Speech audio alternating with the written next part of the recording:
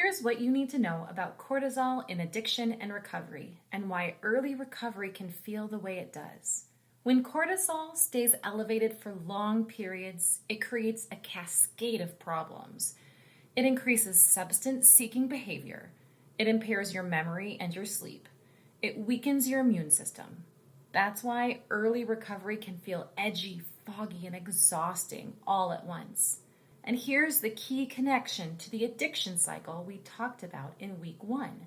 That elevated cortisol creates what researchers call the negative affective state. That uncomfortable, itchy, agitated feeling of withdrawal. That awful feeling is a big reason people keep going back to their substance to get relief, to make that sensation stop. Now for the good news. With steady routines and the right tools, you can expect gradual recalibration over 3 to 6 months. Your stress system is relearning what a normal range feels like. It's not instant, but it is predictable. Day to day, here's something practical you can do. Notice the difference between real stressors and perceived stress. Real stressors are things like a work deadline, a tough conversation, or an unexpected bill.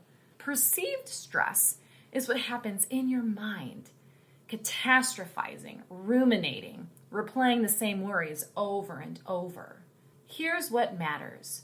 Your body responds to both the same way.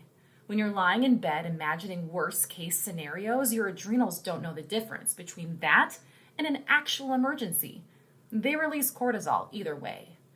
So when you catch yourself in a mental loop, worrying about something that hasn't happened or replaying something you can't change, that's your chance to intervene, to halt your system from adding extra cortisol on top of what's already there from real stress.